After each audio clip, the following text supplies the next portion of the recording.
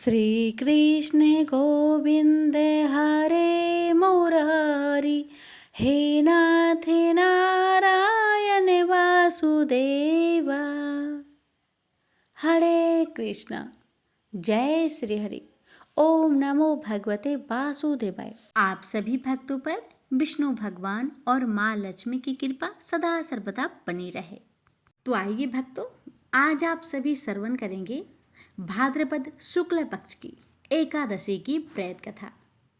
तो भाद्रपद मास के शुक्ल पक्ष की एकादशी तिथि को परिवर्तनी एकादशी, पद्मा एकादशी, वामन एकादशी, पार्श एकादशी और जल झूलनी एकादशी, ये सभी नाम से जाने जाते हैं। कहते हैं कि भाद्रपद मास के शुक्ला पक्ष की इस एकादशी तिथि को क्षीर सागर में भगवान विष्णु नींद में करवट लेते हैं, इसलिए इसे परिवर्तनी एकादशी कहते हैं। यह एक अत्यंत पुण्यकारी व्रत है और इसे करने से सभी पापों से मुक्ति मिलती है। तो आइए इस कथा के श्रवण से हम अपने जीवन को धन्य करें। तो भक्तों, कथा शुरू करने से पहले हम सभी मिलकर भगवान के पवित्र चरणों में वंदना करते हैं। आइए चरण वंदना करके इस पावन कथा का आनंद लेते हैं। ओम श्री वैष्णवे नमः। हे सर्वशक्तिमान भगवान विष्णु, आपके पवित्र चरणों में मेरी पूरी भक्ति अर्पित है। कृपया मेरे मन, वचन और कर्म को शुद्ध करें। मुझे और मेरे परिवार को आपका अनंत आशीर्वाद प्राप्त हो। ओम नमो भगवते वासुदेवाय। अब आइए सुनिए एकादशी की प्रेत कथा। प्यारे भक्तों, त्रेता युग में प्रहलाद का पुत्र राजा बलि राज्य करता था। वह ब्राह्मणों का सेवक तथा भगवान विष्णु का भक्त था और इंद्र आदि देवताओं का शत्रु था। अपने भुजबल से देवताओं पर विजय प्राप्त करके उन्हें स्वर्ग से निकाल दिया।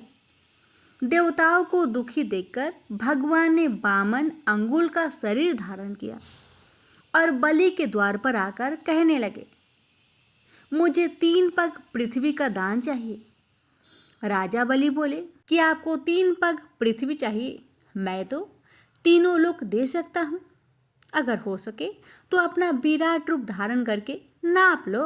भगवान वामन मुस्कुराए और वामन भगवान ने विराट रूप धारण करके 2 पग में पूरी पृथ्वी नाप लिया। तीसरा पग उठाया तो बलि ने अपने सिर नीचे धर दिया। प्रभु ने चरण धर कर दबाया तो बलि पाताल लोक में चला गया। जब भगवान चरण उठाने लगे तो बलि ने हाथ पकड़कर कहा, हे भगवान, मैं आपको इस मंदिर में धरूंगा। भगवान बोले, यदि तुम वामन एकादशी का विधि सहित व्रत करो तो मैं तुम्हारे द्वार पर एक कुटिया बनाकर रहूंगा। अतः बलि राजा ने वामन एकादशी का व्रत विधि सहित किया। तब से भगवान की एक प्रतिमा द्वारपाल बनकर पाताल में और एक क्षीर सागर में निवास करने लगी। तो प्रेम से बोलिए, वामन भगवान की जय। जय श्री हरि।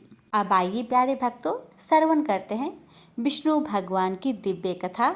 फिर सुनेंगे एकादशी माता की महापुण्य फल देने वाली कथा, लक्ष्मी माता की कथा, तुलसी माता की कथा और अंत में सुनेंगे गणेश भगवान की कथा, एकादशी की आरती और क्षमा प्रार्थना। इन कथाओं को एकादशी व्रत में अवश्य सुने, व्रत का पूर्ण फल अवश्य प्राप्त होगा। आइए सुनिए भगवान विष्णु की पावन कथा। भक्तों, एक बार सनक, सनंदन, सनातन और सनत कुमार, ये चारों सनकादिक ऋषि कहलाते हैं और देवताओं के पूर्वज माने जाते हैं। संपूर्ण लोकों से विरक्त होकर चित्त की शांति के लिए भगवान विष्णु के दर्शन करने हेतु उनके बैकुंठ लोक में गए। बैकुंठ द्वार पर जय और विजय नाम के 2 द्वारपाल पहरा दिया करते थे। जय और विजय ने इन सनकादिक ऋषियों को द्वार पर ही रोक दिया और बैकुंठ लोक के भीतर जाने से मना करने लगे। उनके इस प्रकार मना करने पर सनकादिक ऋषियों ने कहा, अरे मूर्खों, हम तो भगवान विष्णु के परम भक्त हैं। हमारी गति कहीं भी नहीं रुकती है। हम देवाधिदेव के दर्शन करना चाहते हैं। तुम हमें उनके दर्शन से क्यों रोकते हो? तुम लोग तो भगवान की सेवा में रहते हो। तुम्हें तो उन्हीं के समान समदर्शी होना चाहिए। भगवान का स्वभाव परम शांतिमयी है। तुम्हारा स्वभाव भी वैसा ही होना चाहिए। हमें भगवान विष्णु के दर्शन के लिए जाने दो। इस प्रकार कहने पर भी जय और विजय उन्हें बैकुंठ के अंदर जाने से रोकने लगे। जय और विजय के इस प्रकार रोकने पर सनकादिक ऋषियों ने क्रोध होकर कहा, भगवान विष्णु के समीप रहने के बाद भी तुम लोगों में अहंकार आ गया है और अहंकारी का वास बैकुंठ में नहीं हो सकता। इसलिए हम तुम्हें श्राप देते हैं कि तुम लोग पाप योनि में जाओ और पाप का फल भुगतो। उनके इस प्रकार श्राप देने पर जय और विजय भयभीत होकर उनके चरणों में गिर पड़े और क्षमा मांगने लगे। यह जानकर कि सनकादिक ऋषिगण भेंट करने आए हैं, भगवान विष्णु स्वयं लक्ष्मी जी एवं अपने समस्त पार्षदों के साथ उनके स्वागत के लिए पधारे। भगवान विष्णु ने उनसे कहा, हे मुनीश्वरों, ये जय और विजय नाम के मेरे पार्षद हैं। इन दोनों ने अहंकार बुद्धि को धारण कर आपका अपमान करके अपराध किया है। आप लोग मेरे प्रिय भक्त हैं और इन्होंने आपकी अवज्ञा करके मेरी भी अवज्ञा की है। इनको श्राप देकर आपने उत्तम कार्य किया है। इन अनुचरों ने तपस्वियों का तिरस्कार किया है और उसे मैं अपना ही तिरस्कार मानता हूँ। मैं इन पार्षदों की ओर से क्षमा याचना करता हूँ। सेवकों का अपराध होने पर भी संसार स्वामी का ही अपराध मानता है। अतः मैं आप लोगों की प्रसन्नता की भिक्षा चाहता हूँ। भगवान के इन मधुर वचनों से सनकादिक ऋषियों का क्रोध तत्काल शांत हो गया।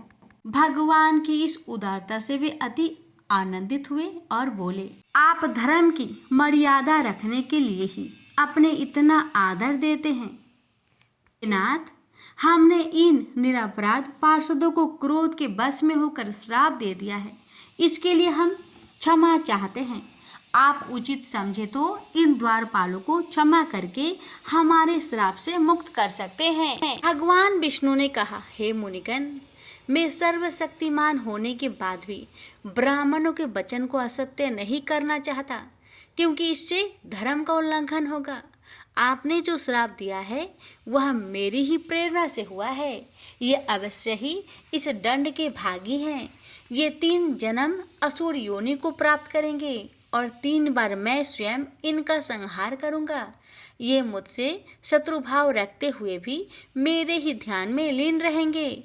मेरे द्वारा इनका संहार होने के बाद ये पुनः इस धाम में वापस आ जाएंगे। तो सतयुग में जब जय और विजय ने हिरण्यकशिपु और हिरण्याक्ष नामक 2 असुर के रूप में दीति के गर्भ से महर्षि कश्यप के पुत्र के रूप में जन्म लिया था। हिरण्यकशिपु का वध भगवान विष्णु ने नरसिंह रूप लेकर और हिरण्याक्ष का वध भगवान विष्णु ने वराह रूप धारण करके किया था। दूसरा जन्म में जय ने रावण और विजय ने कुंभकर्ण के रूप में महर्षि विश्रवा के पुत्र के रूप में जन्म लिया था। उस समय में ये दोनों केकसी के गर्भ से उत्पन्न हुए थे और भगवान विष्णु ने राम रूप लेकर दोनों का वध किया था। भक्तों, तीसरे और अंतिम जन्म में जय चेदी देश की रानी सुत सुभा के गर्भ से उत्पन्न हुआ था और चेदी नरेश दमघोष का पुत्र शिशुपाल कहलाया।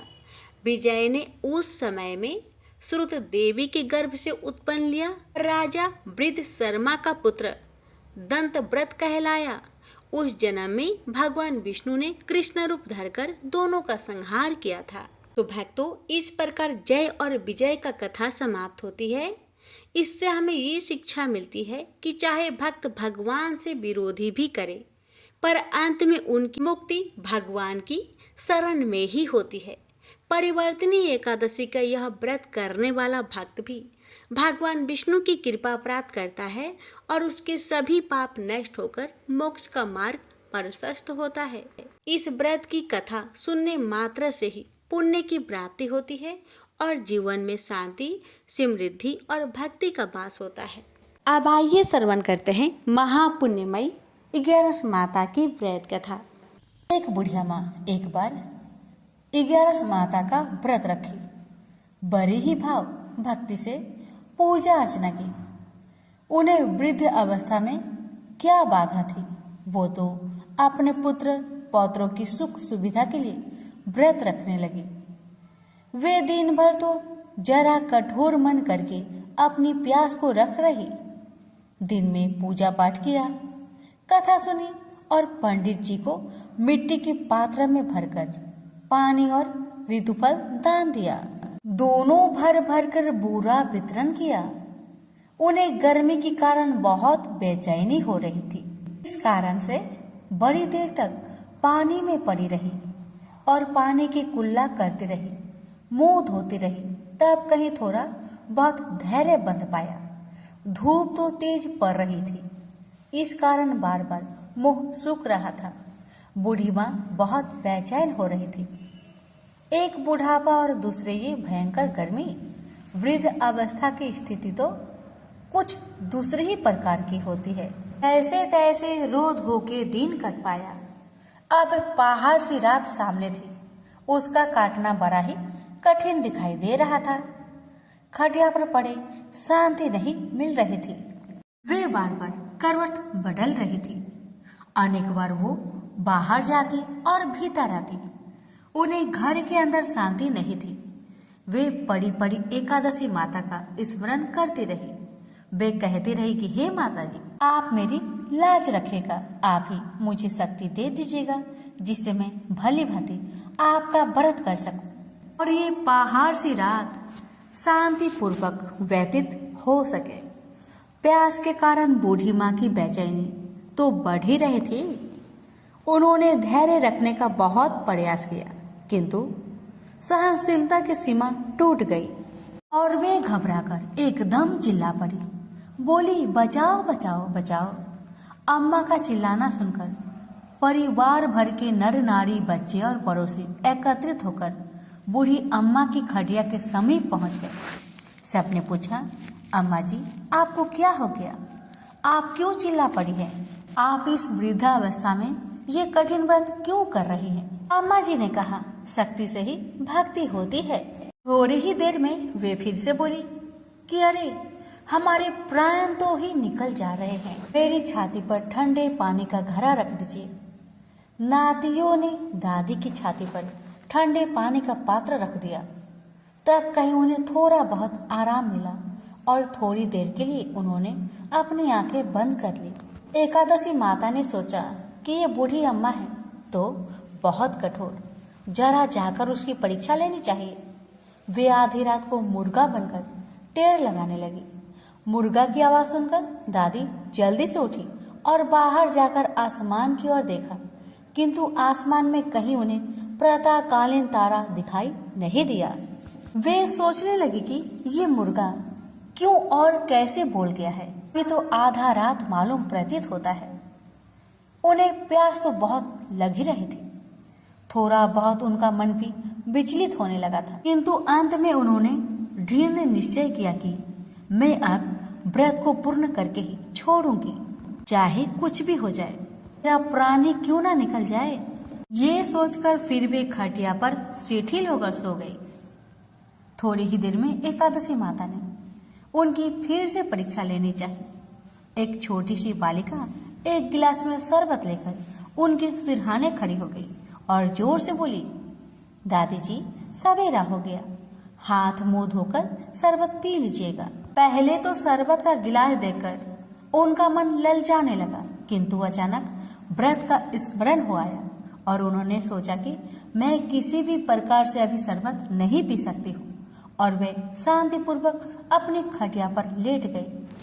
फिर थोड़ी देर में उन्हें ऐसा लगा कि जैसे किसी ने उन्हें पानी के कुएं में पटक दिया हो। वे बड़ी देर तक उस कुएं में हाथ पांव चलाती रही, किंतु उन्होंने अपने मुख में पानी की एक बूंद भी नहीं जाने दी और वे दृढ़तापूर्वक अपना व्रत पालन करती रही। थोड़ी ही देर में न जाने कहां से सामने आग जलने लगी, जिससे भारी गर्मी बढ़ने लगी। प्यास के कारण प्राण निकलने लगे, किंतु बूढ़ी अम्मा का कुछ भी नहीं बिगड़ पाया। वे जहां की तहां मुस्कुराती हुई बैठी रही। थोड़ी ही देर में बाहर प्रकाश दिखाई देने लगा। ऐसा लगा कि जैसे सवेरा हो आया। बूढ़ी अम्मा ने जब बाहर निकलकर देखा तो समझ गई कि अभी सवेरा होने में 3-4 घंटे की देरी है। यह जानकर वे शांति पूर्वक इधर उधर घूमने फिरने लगी। एकादशी माता ये बात अच्छी तरह से समझ गई कि ये बूढ़ी अम्मा किसी भी प्रकार से अपने व्रत से नहीं टल सकती। वे उनके सत्य व्रत को ही अच्छी तरह से समझ गई। सवेरा होते ही बूढ़ी माँ ने स्नान किया, भगवान का पूजा पाठ किया, एकादशी माता की कथा सुनी, ब्राह्मणों को दक्षिणा देकर भोजन करवाया। तब कहीं बूढ़ी अम्मा ने जल ग्रहण किया। कन्याओं को भोजन कराने के बाद अम्मा ने भोजन किया। उस श्रेष्ठ व्रत के प्रताप से बूढ़ी अम्मा की आयु में वृद्धि हो गई। उनका घर परिवार हरा भरा हो गया। घर में अब उनके कोई भी अभाव नहीं रहा। वे हर तरह के सुख साधनों से संपन्न हो गई। नाती नातिनों से उनका घर भर गया और वे उसी दिन से 12 महीने की एकादशी का व्रत करने लगी। एकादशी माता के व्रत के प्रताप से इस संसार में हर प्रकार के सुख भोग कर अंत में बैकुंठ धाम को चली गई। से बोलिए एकादशी माता की जय। प्रेम से बोलिए लक्ष्मी नारायण की जय। जय श्री कृष्ण, राधे राधे। प्यारे भक्तगणों, आज की वीडियो में आप सभी श्रवण करेंगे बड़ी ही दुर्लभ 11 माता की व्रत कथा। इनकी कथाओं को जो भी भक्त 11 के दिन श्रद्धा पूर्वक श्रवण करता है, उसकी सभी मनोकामना 11 माता अवश्य पूर्ण करती है। तो आइए बड़े ही श्रद्धा से प्रसन्नचित मन से कथा को पूरा अवश्य सुनिएगा। हे 11 माता, मैं आपकी भक्तों को आपकी कथा सुनाने जा रही हूँ। अगर हमसे अनजाने में कुछ गलती हो उसे क्षमा करना और अपनी सभी भक्तों की मनोकामना को पूर्ण करना। कथा इस प्रकार है। एक बार एक राज्य में एक राजा रहते थे। राजा बहुत ही बुद्धिमान और बलशाली थे। राजा सदैव अपनी प्रजा का बहुत अच्छे से ध्यान रखते थे। प्रजा भी अपने राजा को बहुत पसंद करते थे। राजा की 2 बेटियां थी। राजा अपनी दोनों बेटियों से बहुत प्रेम करता था। राजा की छोटी बेटी देखने में बहुत सुंदर और आकर्षक थी और राजा की बड़ी बेटी छोटी बेटी के मुकाबले थोड़ा कम सुंदर थी। राजा की छोटी बेटी 11 माता का पूजन किया करती थी और सभी लोग राजा की छोटी बेटी से बहुत प्रेम करते थे और बहुत प्रशंसा करते थे। राजा भी अपनी छोटी बेटी को बड़ी बेटी से अधिक प्रेम करते थे, जिस कारण राजा की बड़ी बेटी अपनी छोटी बहन से बहुत नफरत करने लगी। राजा की दोनों बेटियां जब बड़ी हो गई, तब एक पड़ोस राज्य में रहने वाला राजकुमार राजा की बड़ी बेटी के लिए रिश्ता लेकर आया। लेकिन जैसे ही उस राजकुमार की नजर राजा की छोटी बेटी पर पड़ी, तो वह राजकुमार राजा की छोटी बेटी पर आकर्षक हो गया और उससे पहले नजर में ही प्रेम कर बैठा। उस राजकुमार ने राजा की बड़ी बेटी के साथ विवाह करने से मना कर दिया और उसने राजा से कहा कि मैं आपकी छोटी बेटी से विवाह करना चाहता हूँ। जिसके बाद राजा की बड़ी बेटी यह देखकर अपनी छोटी बहन से बहुत क्रोधित हो गई और राजा की बड़ी बेटी ने अपनी छोटी बहन को अपना सबसे बड़ा दुश्मन मान लिया। राजा की बड़ी बेटी ने अपनी छोटी बहन से बदला लेने का निर्णय लिया, जिसके लिए उसने अपनी छोटी बहन को जान से मारने का प्लान बनाया। राजा की बड़ी बेटी ने अपनी छोटी बहन को मारने के लिए सबसे पहले एक लड्डू में जहर मिलाकर अपनी छोटी बहन को दे दिया और उसको लड्डू खाने के लिए कहा। लेकिन लड्डू खाने के बाद भी छोटी बहन को कुछ नहीं हुआ। बड़ी बहन यह देखकर बहुत आश्चर्य में पड़ गई, लेकिन बड़ी बहन ने हार नहीं मानी और उसने जब रात में छोटी बहन अपने कमरे में सो रही थी। तब एक मटके में सांप रखकर उसे कमरे में छोड़ दिया ताकि छोटी बहन को डस ले और उसका काम तमाम हो जाए। लेकिन सांप भी छोटी बहन का कुछ नहीं कर पाया। जिसके बाद बड़ी बहन ने अपनी छोटी बहन से कहा कि चलो हम लोग कुएं से पानी भरकर लाते हैं। जिसके लिए वह छोटी बहन को पानी भरने के बहाने कुएं के पास ले गई और उसने अपनी छोटी बहन को कुएं में धक्का दे दिया। लेकिन 11 माता की कृपा से छोटी बहन को तब भी कुछ नहीं हुआ, क्योंकि हर बार 11 माता उसकी रक्षा कर रही थी। और उधर बड़ी बहन अपने सारे प्रयासों के बाद असफल हो रही थी, जिससे वह बहुत क्रोधित हो जा रही थी। फिर उसने अपनी छोटी बहन के पास जाकर उससे खुद पूछा कि मेरी छोटी बहन, तुमको पता है भगवान ने सबकी मृत्यु एक निश्चित समय पर लिखी हुई है, और कैसे तुम्हारी मृत्यु होगी क्या यह तुम जानती हो? तब छोटी बहन ने अपनी बड़ी बहन को बताया कि हाँ, मैं जानती हूँ मेरी मृत्यु कैसे होगी। छोटी बहन से यह सुनकर बड़ी बहन मन ही मन बहुत प्रसन्न होने लगी और उसने अपनी छोटी बहन से कहा कि तो मुझे अपनी मृत्यु की राज बताओ। छोटी बहन ने अपनी बड़ी बहन से कहा कि मेरी मृत्यु तो एक तोते में है।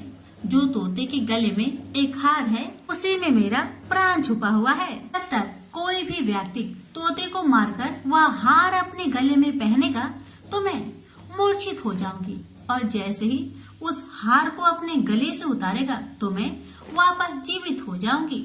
अपनी छोटी बहन की मृत्यु का राज जानकर बड़ी बहन बहुत खुश हो गई और वह अपनी छोटी बहन को मारने के लिए उसके पालतू तोते को ढूंढना शुरू कर दिया।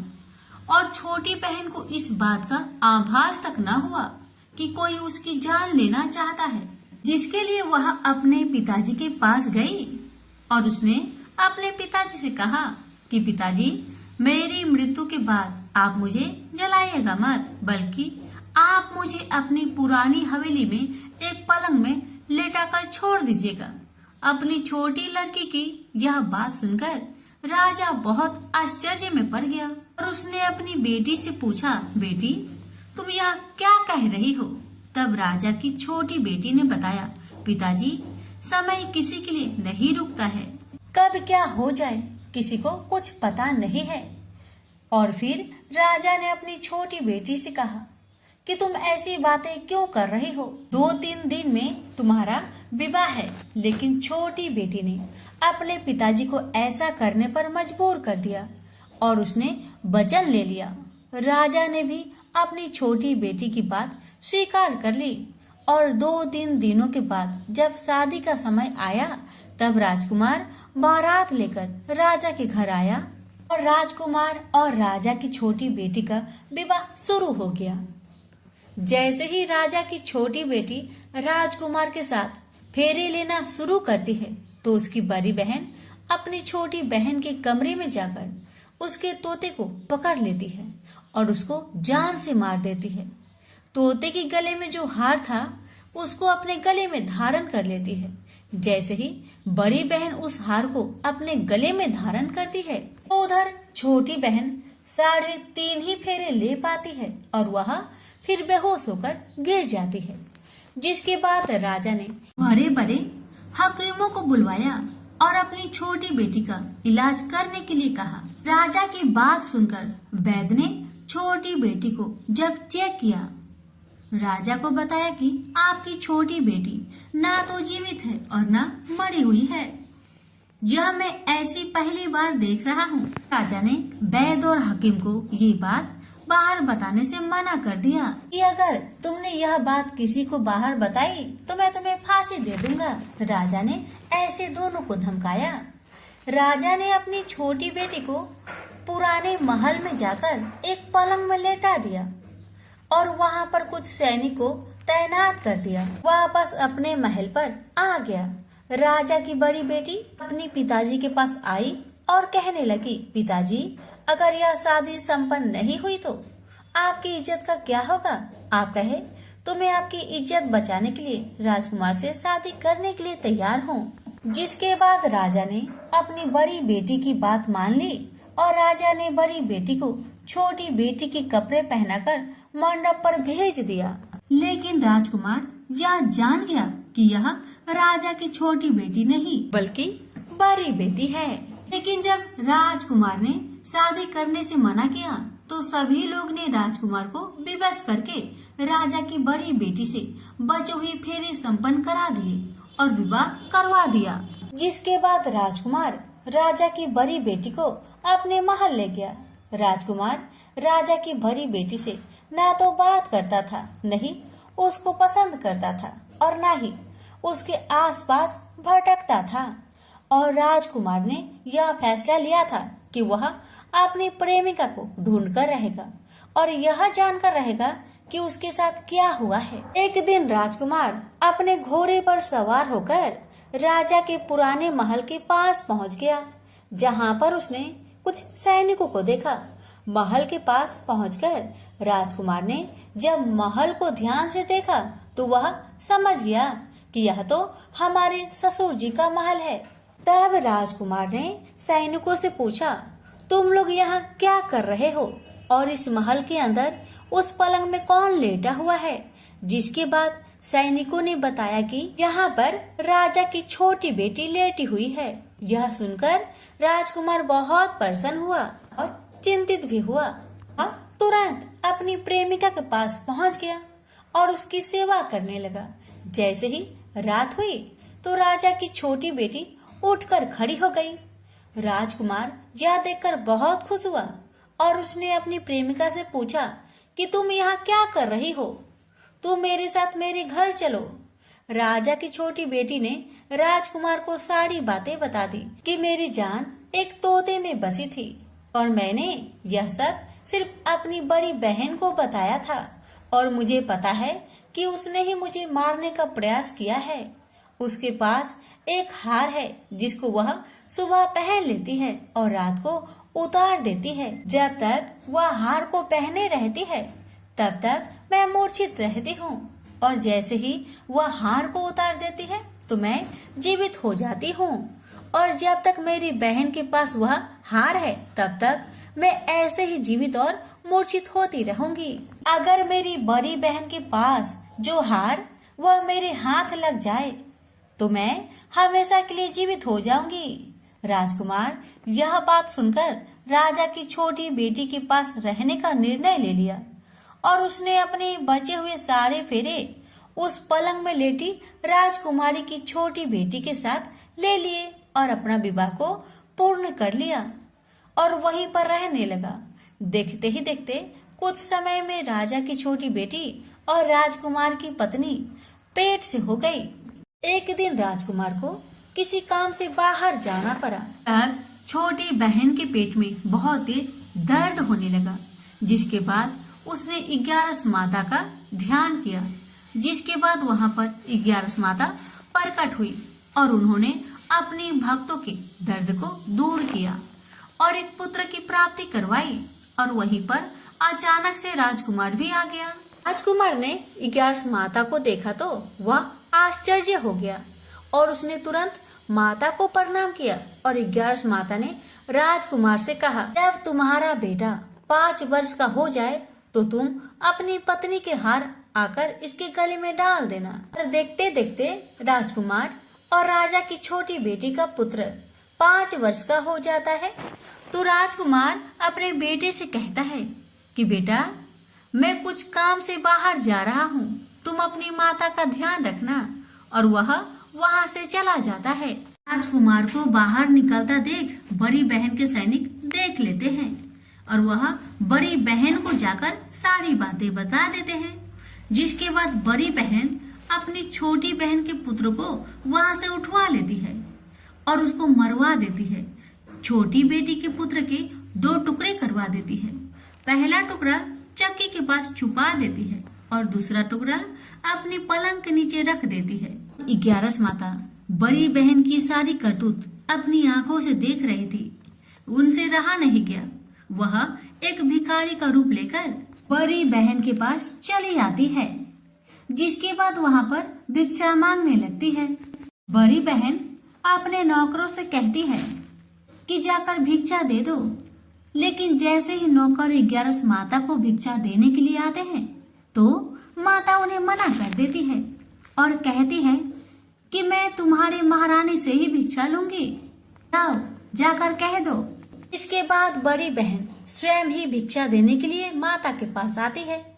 तब माता एक बिल्ली का रूप लेकर उसके कमरे में चली जाती है और वहाँ पर छोटी बेटे के पुत्र के टुकड़े को जोड़ देती है और उसे जीवित कर देती है। उसे वहाँ से ले जाती है। राजकुमार अपने बेटे को लेकर अपनी पत्नी के पास जाता है और उसे कहता है कि तुम इसका ध्यान रखना। अगर तुम इस बच्चे का अच्छे से ध्यान रखोगी तो मैं तुमसे बात करूंगा। एक दिन राजकुमार बच्चे से कहता है कि तुम मम्मी से उनके गले का हार मांग लो। जिसके बाद राजकुमार का लड़का अपनी मम्मी के पास जाता है और कहता है कि मम्मी, मुझे तुम्हारा हार चाहिए जो तुमने गले में पहन रखा है। यह सुनकर पहले तो बड़ी बहन बहुत क्रोधित होती है, पर उसको यह याद आता है कि राजकुमार ने कहा था कि अगर मैं इस बच्चे का ध्यान रखूं तो वह मुझसे बात करेंगे। इसके कारण वह हार को उस बच्चे को दे देती है और वह तुरंत हार ले जाकर अपने पिताजी को दे देता है और तभी राजकुमार अपने बेटे को लेकर वहां से जाने लगता है और अपनी पत्नी से कहता है कि तुम हमारे लिए खाना बनाकर रखना, मैं शाम को आकर तुम्हारे साथ खाऊंगा। और वह अपने बेटे को लेकर वहां से चला जाता है। जिसके बाद वह राजा के पास जाता है और उनको सारी बातें बता देता है। राजा अपनी बड़ी बेटी की यह करतूत सुनकर बहुत क्रोधित होते हैं और अपनी परवरिश पर ही दोष देने लगते हैं और राजकुमार को अपनी छोटी बेटी के साथ रहने के लिए आदेश देते हैं। 11 माता की कृपा से राजा की छोटी बेटी राजकुमार के साथ सुखी जीवन व्यतीत करने लगी और हर 11 को 11 माता का व्रत करने लगे। प्रेम से बोलिए 11 माता की जय। एक बूढ़ा ब्राह्मण था। वह रोज पीपल को जल से सींचता था। पीपल में से रोज एक लड़की निकलती और कहती, पिताजी, मैं आपके साथ जाऊंगी। यह सुनते सुनते बूढ़ा दिन व दिन कमजोर होने लगा। तो बुढ़िया ने पूछा कि क्या बात है। बूढ़ा बोला कि पीपल से एक लड़की निकलती है और कहती है कि वह भी मेरे साथ चलेगी। बुढ़िया बोली कि कल ले आना उस लड़की को, जहाँ 6 लड़कियां पहले से ही है हमारे घर में, वहाँ 7वीं लड़की और सही। अगले दिन बूढ़ा उस लड़की को घर ले आया। घर लाने के बाद बूढ़ा ब्राह्मण आटा मांगने गया तो उसे पहले दिनों की अपेक्षा आज ज्यादा आटा मिला था। जब बुढ़िया वह आटा छानने लगी तो लड़की ने कहा कि लाओ माँ, मैं छान देती हूँ। जब वह आटा छानने बैठी तो पारात भर गई। उसके बाद माँ खाना बनाने जाने लगी तो लड़की बोली कि आज रसोई मैं जाऊंगी। तो बुढ़िया बोली कि ना, तेरे हाथ जल जाएंगे। लेकिन लड़की नहीं मानी और वह रसोई में खाना बनाने गई तो उसने तरह तरह के 36 व्यंजन बना डाले और आज सभी ने भरपेट खाना खाया। इससे पहले वह आधा पेट भूखा ही रहते थे। रात हुई तो बुढ़िया का भाई आया और कहने लगा कि दीदी, मैं खाना खाऊंगा। बुढ़िया परेशान हो गई कि अब खाना कहाँ से लाएंगे। लड़की ने पूछा, क्या बात है माँ। उसने कहा कि तेरा मामा आया है और रोटी खाएगा, लेकिन रोटी तो सबने खा ली है, अब उसके लिए कहाँ से लाऊंगी। लड़की बोली कि तू चिंता मत कर, मैं बना दूंगी। और वह रसोई में गई और मामा के लिए 36 व्यंजन बना दिए। मामा ने भरपेट खाया और कहा भी कि ऐसा खाना इससे पहले उसने कभी नहीं खाया है। बुढ़िया ने कहा कि भाई, तेरी पावनी भांजी है, उसी ने बनाया है। शाम हुई तो लड़की बोली कि माँ, चौका लगा के चौके का दिया जला देना, कोठे में मैं सोऊंगी बुढ़िया बोली कि ना बेटी, तो डर जाएगी। लेकिन वह बोली कि ना, मैं ना डरूंगी, मैं अंदर कोठे में ही सोऊंगी। वह कोठे में ही जाकर सो गई। आधी रात को लड़की उठी और चारों ओर आंख मारी तो धन ही धन हो गया। वह बाहर जाने लगी तो एक बूढ़ा ब्राह्मण सो रहा था। उसने देखा तो कहा कि बेटी, तू कहाँ चली? लड़की बोली कि मैं तो दरिद्रता दूर करने आई थी, अगर तुम्हें दूर करवानी है तो करवा लो। उसने बूढ़े के घर में भी आंख से देखा तो चारों ओर धन ही धन हो गया। सुबह सवेरे सब उठे तो लड़की को ना पाकर उसे ढूंढने लगे कि पावनी बेटी कहाँ चली गई। बूढ़ा ब्राह्मण बोला कि वह तो लक्ष्मी माता थी, जो तुम्हारे साथ मेरी दरिद्रता भी दूर कर गई। हे लक्ष्मी माता, जैसे आपने उनकी दरिद्रता दूर की, वैसे ही सबकी करना। एक नगर में एक गरीब ब्राह्मण अपनी पत्नी के साथ रहता था। वह भिक्षा मांग मांग कर अपना जीवन गुजारता और भगवान की पूजा में लगा रहता था। वह उतने ही भिक्षा मांगता जिससे उसके और उसके परिवार का पेट भर सके। उस नगर का राजा बहुत धनवान था और ब्राह्मणों का आदर करने वाला था। राजा किसी भी ब्राह्मण को अपने महल से खाली हाथ नहीं जाने देते थे। दूर दूर से ब्राह्मण राजा के पास आते और मुंह मांगा दान लेकर आशीर्वाद देते हुए वापस चले जाते थे। एक दिन ब्राह्मण की पत्नी ने ब्राह्मण से कहा कि दूर दूर के ब्राह्मण राजा से मनचाहा दान लेकर चले आते हैं और तुम भी यहाँ रहकर राजा के पास नहीं जाते। जन्म भर मैं कंगाली का झक झेलूं, आज तुम जाओ और राजा से कुछ मांग कर लाओ। ब्राह्मण ने पत्नी को समझाते हुए कहा, तू तो बावड़ी है, हमें धन की क्या जरूरत? हमें इतना तो मिल ही जाता है जिससे हम अपना पेट भर सके, और राजा का धन तो अच्छा नहीं होता, वो हमें नहीं लेना चाहिए। ब्राह्मण की पत्नी जिद पर अड़ गई और बोली, मैं तुम्हारी एक भी बात सुनने वाली नहीं। कब तक हम कंगाली में जीते रहेंगे? तुम तो रोज माला लेकर बैठ जाते हो। अपने बच्चे को क्या खिलाएंगे और क्या पहनाएंगे? जब बच्चे दूसरे बच्चों को पहनते, ओढ़ते और खाते पीते देखेंगे तो उनका भी मन ललचाएगा। अब तुम राजा के पास जाओ। राजा बहुत भला व्यक्ति है, वो हमें मुंह मांगा दान जरूर देंगे।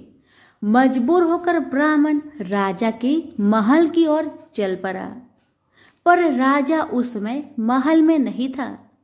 ब्राह्मण को वापस लौटना पड़ा। दूसरे दिन ब्राह्मण की पत्नी ने ब्राह्मण को फिर से महल में भेजा, परंतु राजा फिर से महल में नहीं मिला। तीसरे दिन राजा महल में गया और उसने ब्राह्मण का स्वागत किया और उसे आसन पर बैठाया और साथ में ब्राह्मण देवता से 2 दिन न मिल पाने के लिए क्षमा भी मांगी। राजा ने कहा, मैं आपकी क्या सेवा कर सकता हूँ? ब्राह्मण ने कहा, जो मैं मांगू वो आप दे सकेंगे? राजा ने कहा, हाँ हाँ कहिए, मैं आपकी क्या सेवा कर सकता हूँ? ब्राह्मण ने निवेदन किया, महाराज मैं कुछ और नहीं चाहता, बस आप मुझे अपने पसीने की कमाई से 4 पैसे दान में दे दीजिए। ब्राह्मण की बात सुन राजा बहुत हैरान हो गए और मन ही मन सोचने लगे कि मेरे महल में कितने सारे धन पड़े हैं, पर मेरी मेहनत की एक कौड़ी भी नहीं है। राजा ने ब्राह्मण से कहा, आप मुझे 1 दिन का समय दे, मैं कल आपको आपका मुंह मांगा दान दूंगा। ब्राह्मण महल से अपने घर को खाली हाथ ही लौट आए। ब्राह्मण को खाली हाथ आता देख पत्नी बोली, क्या हुआ? राजा ने कुछ दिया नहीं? ब्राह्मण बोला, राजा ने कल देने के लिए कहा है। ब्राह्मण की पत्नी सोचने लगी शायद इन्होंने बहुत सारा धन मांगा होगा और राजा को इसकी व्यवस्था करने में समय लग रहा होगा, इसलिए कल बुलाया है। दूसरी ओर राजा ने अपने राजसी कपड़े बदलकर फटे पुराने कपड़े पहने और मजदूर जैसा भेष बना लिया। जब राजा की पत्नी ने देखा और कारण पूछा तो राजा ने सब कुछ बताया। रानी बोली, मैं भी आपके साथ चलूंगी। राजा के हाँ कहने पर रानी भी पुरानी साड़ी पहनकर आ गई। इस प्रकार राजा रानी मजदूरी की तलाश में शहर निकले। लुहारों के मोहल्ले में जाकर राजा ने आवाज लगाई, किसी को मजदूर चाहिए? आखिरकार एक लुहार ने उन्हें बुला लिया, जो पहिए पर हाल चढ़ाने की तैयारी कर रहा था। उसने राजा से कहा, देखो, तुम्हें पहले खलात ठोकनी पड़ेगी और जब आग आ जाए उसके बाद घन पिटना होगा। फिर रानी की ओर देखकर कहा, तुम्हें कुएं से पानी लेकर होदी भरनी होगी और कोयले वाले घर से कोयला लेकर भट्टी में डालना होगा। तुम दोनों के दिन भर काम करने के लिए मैं तुम्हें 2-2 आने दूंगा। अगर काम पसंद हो तो बोलो, नहीं तो अपना रास्ता नापो। राजा रानी लोहार के बताए काम को करने लगे। राजा खलात ठोकने लगा पर उससे काम ठीक से नहीं हो पा रहा था। लोहार नाराज होकर राजा को ठीक से काम करने के लिए कहता है। राजा जैसे तैसे अपना काम करने लगा। रानी भी कुएं से पानी भरकर लाने लगी। रानी के हाथ में फफोले पड़ गए। किसी तरह बड़ी कठिनाइयों से उसने पानी का हौज भरा। उसके बाद रानी कोयला लाकर भट्टी में डालने लगी। कोयला भरने के कारण रानी के गोरे गोरे हाथ और कपड़े काले पड़ गए। भट्टी में आग आने पर लुहार ने पात भट्टी में से निकालकर पहियों पर जमाई और एक घन अपने हाथ में लेकर और एक राजा के हाथ में देकर कहा, देखो, बारी बारी से घन इस पर पटकना, हाथ इधर उधर ना होने पाए। राजा जोर जोर से घन पटकने लगा, लेकिन उसका निशाना ठीक नहीं बैठता था। कभी घन हाल पर गिरता तो कभी पहिए पर। मजदूरों का ऐसा काम देखकर लुहारिन बरबराती हुई आई और लोहार से कहने लगी, तुमने कहाँ से यह नौसिखिए मजदूर काम पर लगाए हैं? इनसे काम तो होगा नहीं। यह मजदूर तुम्हारा सब काम बिगाड़ देंगे। राजा रानी उन दोनों की फटाकर सुनते सुनते अपना काम मन लगाकर करते रहे। घन पटकते पटकते राजा का शरीर पसीना से तर तर हो गया और जोर शोर से सांस चलने लगी। रानी भी पानी भरते भरते और कोयला झोंकते झोंकते थक कर चूर हो गई। दोनों ने पूरे दिन बहुत मेहनत की। लुहार ने राजा रानी को 2-2 पैसे दिए, जिसे वो बड़ी खुशी खुशी लेकर महल आ गए। आज उन्हें पता चला कि मेहनत की कमाई कैसी होती है। राजा ने 4 पैसे अलग रख दिए और अगले दिन ब्राह्मण को बुलाकर उसे दे दिए। ब्राह्मण राजा को आशीर्वाद देकर घर लौटा और ब्राह्मणी से कहा, लो, मैं राजा के यहाँ से दक्षिणा ले आया हूँ। ब्राह्मणी खुश होकर दौड़ती हुई आई, पर जब उसने 4 पैसे देखे तो वह ठिठक कर रह गई और उन्हें दूर फेंक दिया। वो जल भूनकर ब्राह्मण से बोली, तुम जैसे दरिद्र राजा के यहाँ भी जाकर कुछ नहीं मांगा, शर्म भी नहीं आती। इतना कहकर रूठ कर चली गई और बहुत देर तक बरबराती रही। ब्राह्मण ने उन 4 पैसों को उठाकर तुलसी के पास रख दिए और सोचा, जब ब्राह्मणी शांत हो जाएगी तो जरूरत पड़ने पर ये सिक्के को उठा लेगी। परंतु कई दिनों तक पैसे वहीं रखे रहे और फूल बेलपत्र ऊपर से गिर गिर कर मिट्टी में दब गए। ब्राह्मण और ब्राह्मणी दोनों ही उन सिक्कों के बारे में भूल गए।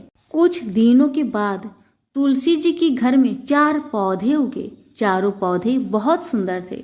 यह देख ब्राह्मणी रोज उसमें पानी डाल देती। 4 महीने बाद वो पौधे बड़े हो गए और उनमें फूल लगने लगे। फूल सूखने पर इनसे मोती झरने लगी। ब्राह्मण और ब्राह्मणी ने कभी मोती नहीं देखे थे। वो समझे कि कोई बीज है। हर रोज कई कई फूल झरते और मोती पूरे तुलसी पर बिखर जाते। ब्राह्मणी उन मोतियों को समेट कर घर के एक कोने में डाल देती। इस तरह वहां मोतियों का ढेर लग गया था।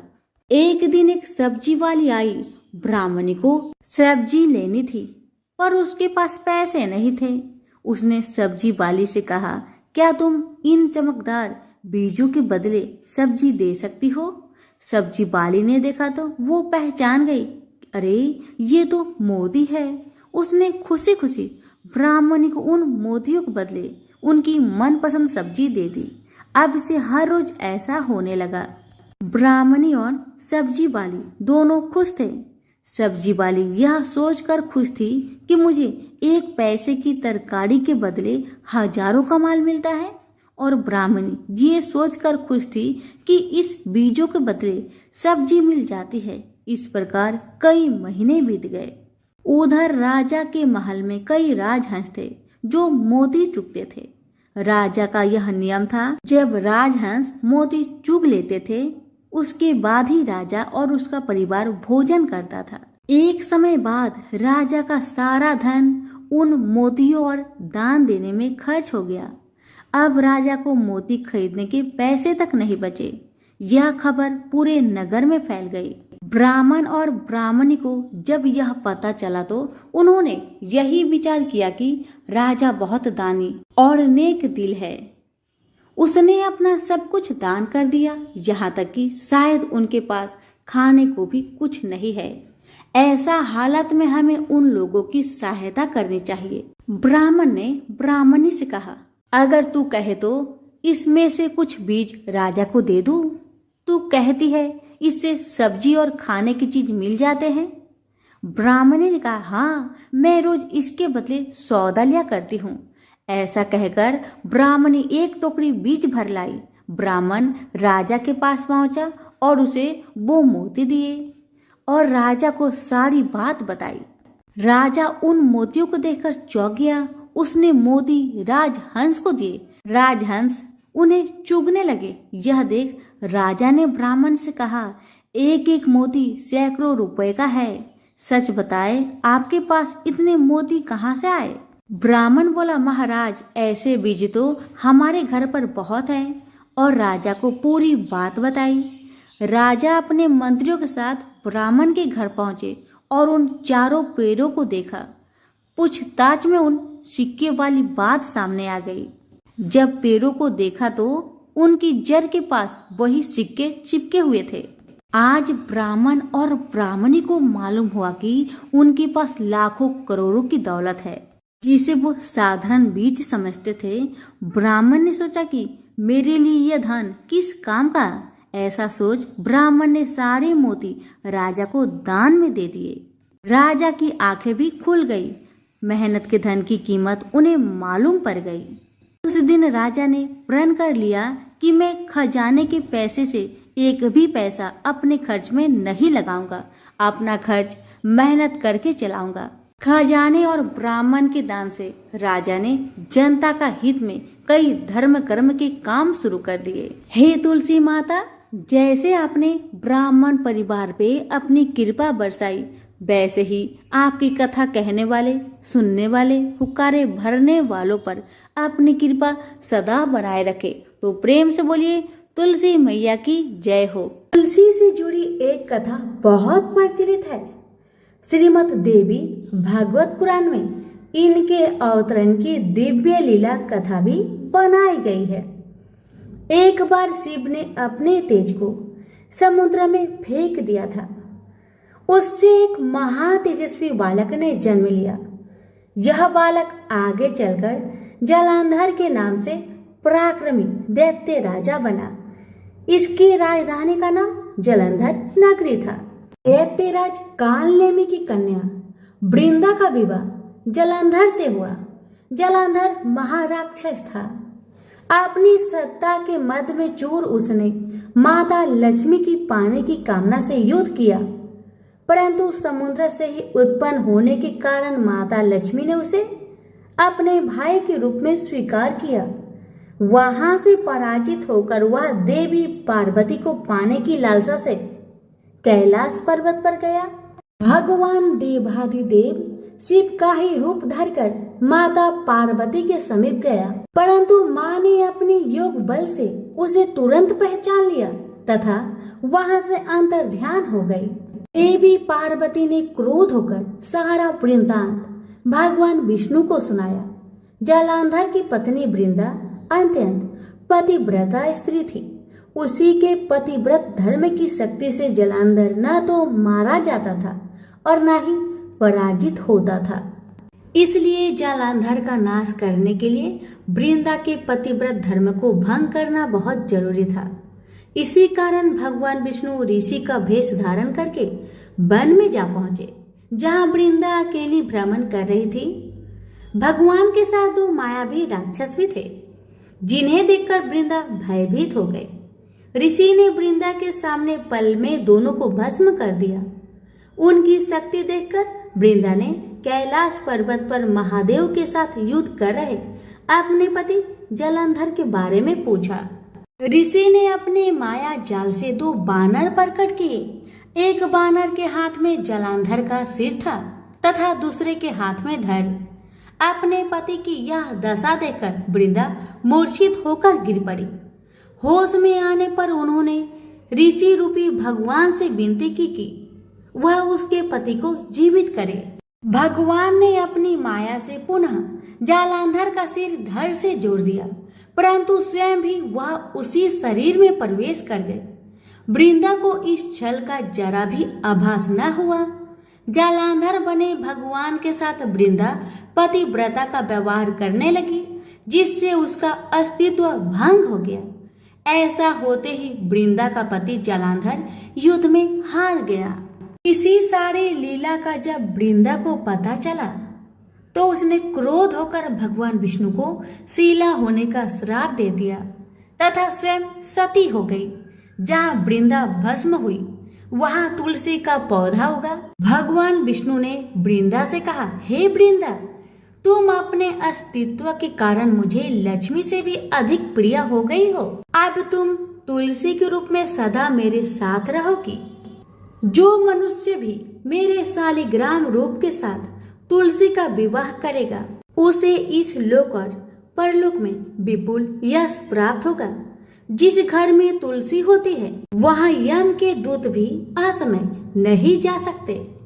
गंगा व नर्मदा के जल में स्नान तथा तुलसी का पूजन बराबर माना जाता है। चाहे मनुष्य कितना भी पापी क्यों न हो, मृत्यु के समय जिसके प्राण मंजरी रहित तुलसी और गंगा जल मुख में रखकर निकल जाते हैं, वह पापों से मुक्त होकर बैकुंठ धाम को प्राप्त होता है। जो मनुष्य तुलसी व आंवलों की छाया में अपने पितरों का श्राद्ध करता है, उसके पितर मोक्ष को प्राप्त हो जाते हैं। उसी दैत्य जालंधर की यह भूमि जालंधर नाम से विख्यात है। सती वृंदा का मंदिर मोहल्ला कोट किशनचंद में स्थित है। कहते हैं इस स्थान पर एक प्राचीन गुफा थी जो सीधी हरिद्वार तक जाती थी। सच्चे मन से 40 दिन तक सती वृंदा देवी के मंदिर में पूजा करने से सभी मनोरथ पूर्ण होते हैं। तो प्रेम से बोलिए तुलसी मैया की जय। एक बुढ़िया माई थी, मिट्टी के गणेश जी की पूजा करती थी। रोज बनाए रोज गल जाए। एक सेठ का मकान बन रहा था तो बुढ़िया बोली, पत्थर का गणेश बना दो। मिस्त्री बोले, जितने में हम तेरा पत्थर का गणेश जी करेंगे उतने में अपनी दीवार ना चिनेंगे। बुढ़िया बोली, राम करे तुम्हारी दीवार टेढ़ी हो जाए। अब उनकी दीवार टेढ़ी हो गई। वो चिने और ढा देवे, चिने और ढा देवे। इस तरह करते करते शाम हो गई। शाम को सेठ आया। उसने कहा, आज कुछ भी नहीं किया। मिस्त्री कहने लगे कि एक बुढ़िया आई थी, वो कह रही थी मेरा पत्थर का गणेश कर दो। हमने नहीं करा तो उसने कहा तुम्हारी दीवार टेढ़ी हो जाए। तब से दीवार सीधी नहीं बन रही है। बनाते हैं और ढा देते हैं। सेठ ने बुढ़िया बुलवाई। सेठ ने कहा, हम तेरा सोना का गणेश गढ़ देंगे, हमारी दीवार सीधी कर दो। सेठ ने बुढ़िया को सोने का गणेश गढ़ा दिया। सेठ की दीवार सीधी हो गई। जैसे सेठ की दीवार सीधी की, वैसे ही हे भगवान सबकी करना। एकादशी की आरती। ओम जय एकादशी, जय एकादशी, जय एकादशी माता। विष्णु पूजा व्रत को धारण कर शक्ति मुक्ति पाता। ओम जय एकादशी माता, तेरे नाम गिनाऊं देवी, भक्ति प्रदान करनी। गण गौरव की देनी माता, शास्त्रों में बरनी। तेरे नाम गिनाऊं देवी, भक्ति प्रदान करनी। गण गौरव की देनी माता, शास्त्रों में बरनी।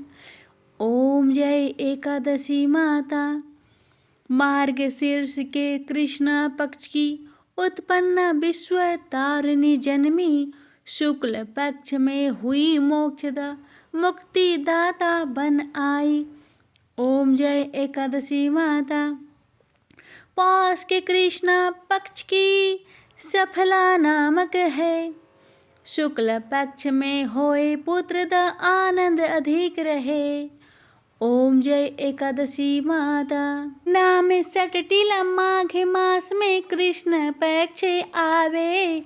शुक्ल पक्ष में जया कहावे, विजय सदा पावे। शुक्ल पक्ष में जया कहावे, विजय सदा पावे। ओम जय एकादशी माता, विजया फागुन कृष्ण पक्ष में शुक्ल आमल की। विजया फाल्गुन कृष्ण पक्ष में शुक्ल आमल की। पाप मोचने कृष्ण पक्ष में चैत्र महाबली की।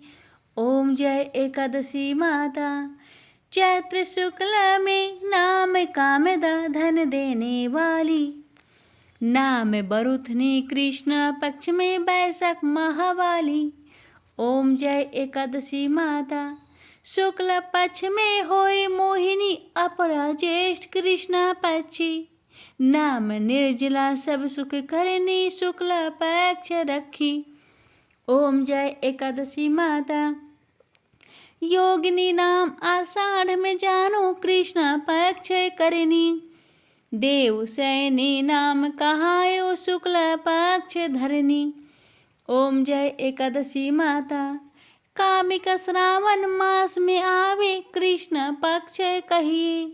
श्रावण शुक्ला होए पवित्र आनंद से रहिए। श्रावण शुक्ला होए पवित्र आनंद से रहिए। ओम जय एकादशी माता, आजा भाद्रपद कृष्ण पक्ष की परिवर्तनी शुक्ला। इंद्र आश्विन कृष्ण पक्ष में व्रत से भवसागर निकला। ओम जय एकादशी माता, पापंकुशा है शुक्ल पक्ष में आप हरणहारी। पापंकुशा है शुक्ल पक्ष में आप हरणहारी। रमा मास कार्तिक में आवे सुखदायक भारी। रमा मास कार्तिक में आवे सुखदायक भारी। ओम जय एकादशी माता, देवोत्थानी शुक्ला पक्ष की दुख नाशक मैया। देवोत्थानी शुक्ला पक्ष की दुख नाशक मैया। पावन मास करूँ मैं बिनती, पार करो नैया। पावन मास में करूँ बिनती, पार करो मैया। ओम जय एकादशी माता, परमा कृष्ण पक्ष में होती जनमंगल करनी। परमा कृष्ण पक्ष में होती जनमंगल करनी। शुक्ल मास में होई पद्मिनी दुख दरिद्र हरणी। शुक्ल मास में होई पद्मिनी दुख दरिद्र हरणी। ओम जय एकादशी माता, जो कोई आरती एकादशी की भक्ति सहित गावे। जो कोई आरती एकादशी की भक्ति सहित गावे, जन गुरुदित स्वर्ग का बासा निश्चय वह पावे। जन गुरुदित स्वर्ग का बासा निश्चय वह पावे। ओम जय एकादशी माता, जय एकादशी माता। भक्तों आइए अब हम भगवान से क्षमा प्रार्थना करते हैं। क्या आप जानते हैं कथा के बाद क्षमा प्रार्थना क्यों करनी चाहिए? भक्तों, जब हम कोई व्रत कथा, पूजा, आरती या भजन करते हैं तो हमारा भाव बहुत शुद्ध होता है, लेकिन इंसान होने के कारण कभी कभी उच्चारण में गलती हो जाती है। मंत्र या कथा के शब्द छूट सकते हैं, मन पूरी तरह एकाग्र न रह पाए या नियम विधि में कोई कमी रह जाए, हमारे पुण्य को कम ना करे। इसलिए अंत में हम भगवान से विनम्रता से कहते हैं, प्रभु, हे भगवान विष्णु, हे तुलसी माता, हे लक्ष्मी माता और गणेश जी महाराज, आज हमने आपकी महिमा से युक्त पावन कथाएं सुनी। आप हमारी सभी मन की इच्छा को पूर्ण करें, जीवन में धर्म, भक्ति और शांति का संचार करें। हमारे घर में सुख, समृद्धि और आपके चरणों की भक्ति सदैव बनी रहे। हे प्रभु, हमारी सभी भूल चूक को क्षमा करें और हमारे सभी मन की इच्छा को पूर्ण करें। जय श्री हरि, जय तुलसी माता, जय लक्ष्मी माता, जय गणेश जी महाराज। प्रेम से बोलिए एकादशी माता की जय। भक्तों, आज की कथा यहीं पर समाप्त होती है। कथा अगर अच्छी लगे तो वीडियो को लाइक शेयर अवश्य कीजिएगा।